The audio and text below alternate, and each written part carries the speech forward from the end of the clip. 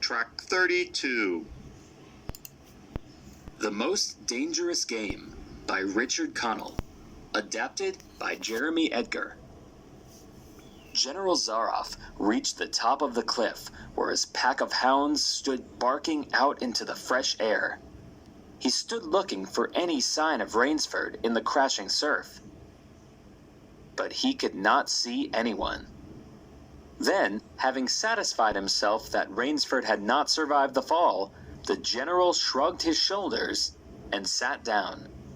He unscrewed the top of his thermos flask and poured himself a cup of steaming hot coffee.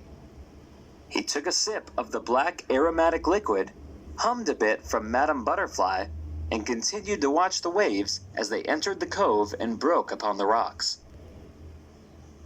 General Zaroff had an exceedingly good dinner in his great paneled dining hall that evening. One slight annoyance kept him from perfect enjoyment. He thought his prey had gotten away. Of course, the American hadn't played the game, so thought the general as he tasted his after-dinner liqueur. In his library, he read, to soothe himself, from the works of Marcus Aurelius. At 10, the general went up to his bedroom and locked himself in.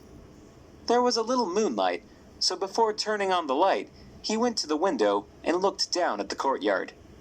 The great hounds were making themselves comfortable for the night.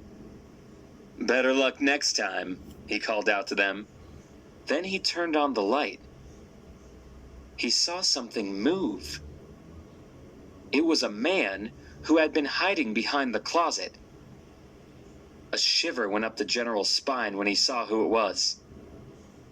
It was Rainsford. "Rainsford!" screamed the general. "How in God's name did you get here?" "I swam," replied Rainsford. "I found it quicker than walking through the jungle." The general sucked in his breath and smiled. "I congratulate you," he said. "You have won the game." Rainsford did not smile. "I am still a hunted beast," he said in a low, hoarse voice. "Get ready to protect yourself, General Zaroff." The general and Rainsford looked at each other.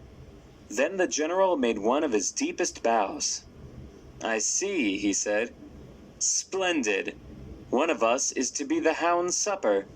The other will sleep in this very excellent bed. On guard, Rainsford!" It was the most comfortable night's sleep Rainsford had ever had.